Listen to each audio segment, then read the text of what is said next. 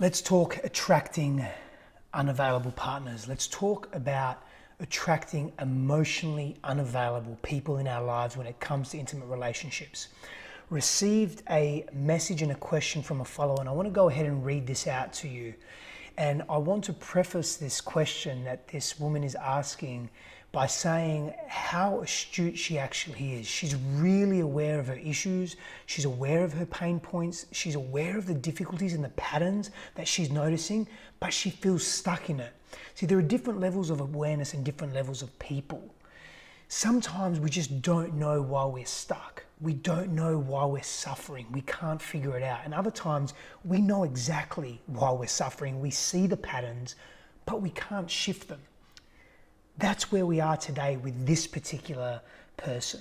So let me go ahead and read this, and then I'm going to provide some tools for moving through this kind of stuckness, for breaking these patterns and looking at our lives in a more harmonious way.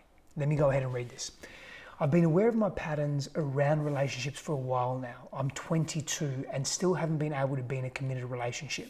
So there's something around that in and of itself. 22 is quite young, but this person may be a really mature soul, so to speak. Okay, but let's go deeper. I find myself constantly attracting emotionally unavailable men, which I know is a mirror of my own emotional availability. Again, massive awareness. I'm aware of my commitment issues, which I know would come from my parents' relationship, which was very loveless and emotionally abusive. I've been trying to do the inner work and heal my abandonment mother-father issues, and whenever I feel like I'm getting somewhere, the same patterns keep coming back. I find myself being the insecure, clingy one and attracting avoidant men, and I feel that I always have to justify my behavior to them and to the people around me. I can't seem to just walk away whenever I see the red flags. That indicates that she's seeing the red flags. Instead, I just dodge them and I hope to see the good in a man. I guess my question is, what more can I do to help heal this? Okay, so in lieu of me pointing out patterns that you already know exist, in lieu of me saying, hey, let's look at the mother wounding, let's look at the father wounding, I'm definitely going to say, keep looking into that. But there's a key ingredient that we often miss when we're on the personal development journey. There's a number of key ingredients. The first one is patience. We want everything yesterday when what we're trying to undo is either years of old patterns, but not only years of old patterns, pain that is associated with those patterns. So we would rather be in a state of familiarity and suffer than be in the unknown or the mystery. Let me say that again. We would rather be in a familiar state of suffering and pain because it's familiar, because it's known to us, than be immersed in the unknown and feel completely lost. And so being patient is a big part of all of this.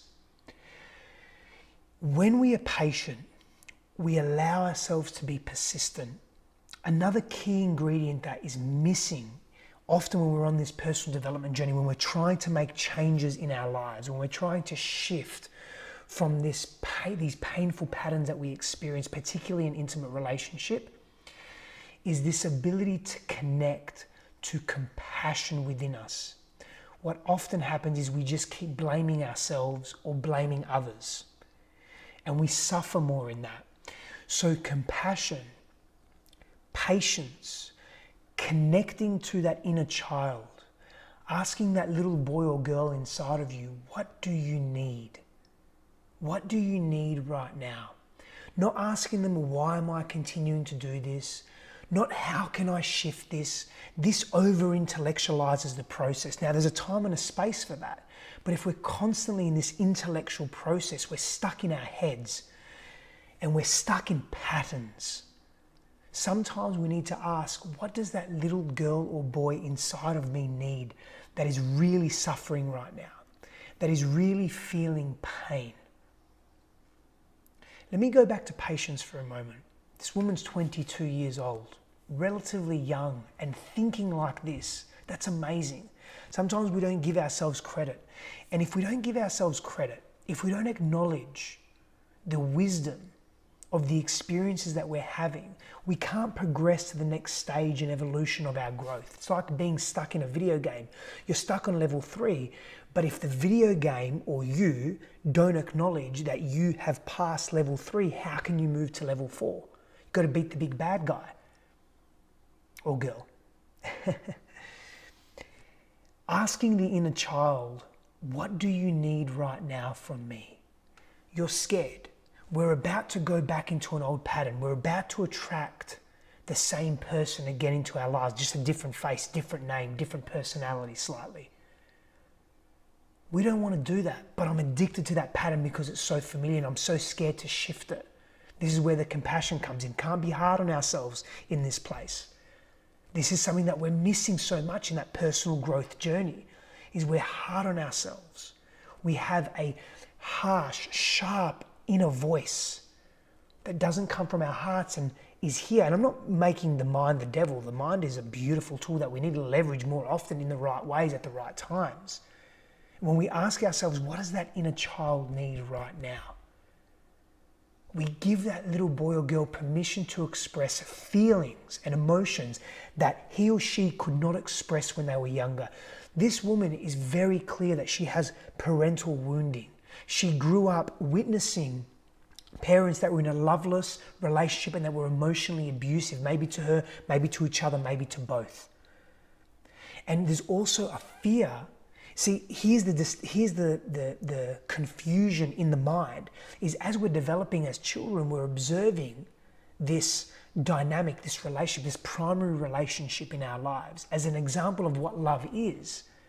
And there's a confusion of, if I'm in a relationship, it needs to be like this. I don't know it any other way. And so the familiarity becomes addictive. But the parts of us say, but this hurts and this is painful. I shouldn't really be in this. This is uncomfortable. This doesn't make sense. Hence the confusion, the overlap. But our brains are pattern recognizing machines looking for patterns in our environment that match the vibration of what we are familiar with. And so we continue to attract the same old thing. Even if we know it, we're addicted to it. Neurologically, somatically, mentally, emotionally, we are addicted. And so to shift out of that requires patience and compassion. Speaking to that inner child, asking them, what do they need? What do they need to feel safe right now? Letting them know that you have them as an adult so that you can reparent them. Beginning that narrative, that inner conversation, is the starting point. Becoming familiar with and in routine with that, checking in with that little boy or girl every day. Asking them, what do they really need right now? And then giving them that. Trusting the voice and the wisdom that returns that message back to you. Being insecure and clingy comes from a place of not feeling worthy enough and validating ourselves and seeking our own sense of self-worth and happiness and joy and state of well-being outside of ourselves. And so there's another addiction. We become addicted to seeking it outside of ourselves. So we often people please, or we make people right and ourselves wrong, or we pedestalize people, which is what we do with our parents. And in a healthy dynamic, after a certain age, we realize that they are not gods, and we relinquish that title and we go on to have a healthier relationship with our parents and with ourselves and with others. But often if we are caught in a trauma bond cycle, we don't get to do that. And so we transfer pedestalizing our parents to, in this case, another man that would share similar traits to our parents, which are abusive, emotionally abusive, distant, not being able to pay attention to that individual, to that woman that needs that craves that. So she craves it more instead of going within. And the first parts to going within are asking that inner child, what do you need right now? How can I be of service to you? How can I serve you, support you, keep you safe? I suggest connecting with that inner child every day. There is great value in doing so and great freedom in doing so, and realization, revelation, a recognition of who you get to be. That is empowering. And that is what your soul and your heart and your body of past is calling for. Power and blessings to you people. Thank you for being here.